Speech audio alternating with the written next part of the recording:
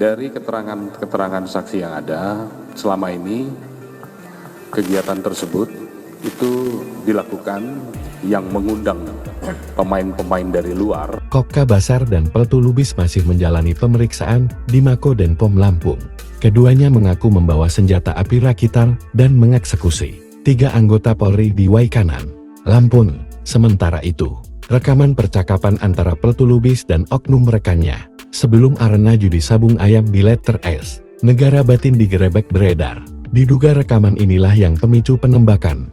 Hal itu disampaikan Kapolda Lampung, Irjen Helmi Santika, Rabu 19 Maret 2025. Berdasarkan joint investigasi, keduanya mengaku berada di TKP. Ini sesuai dengan keterangan saksi-saksi. Katanya, menurut Helmi, pengakuan kedua oknum yang melakukan penembakan dengan senpi jenis rakitan masih didalami karena semua fakta peristiwa harus didukung alat bukti.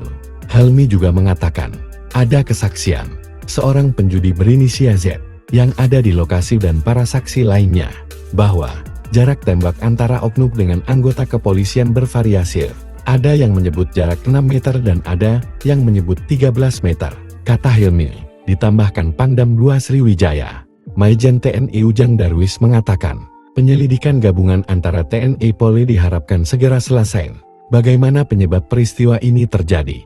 Nanti kita cari dulu senjatanya, nanti dicek uji balistiknya, apakah sesuai apa tidak, imbuhnya.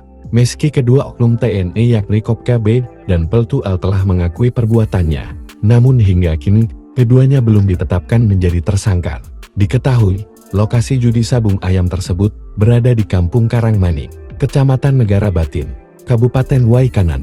Dalam penggerebekan yang terjadi pada Senin, 17 Maret 2025, 3 anggota Polri yakni AKP Anumerta Lucianto, Aibda Anumerta Petrus, Bribtu Anumerta Galip gugur setelah ditembak oleh pelaku yang diduga oknum TNI.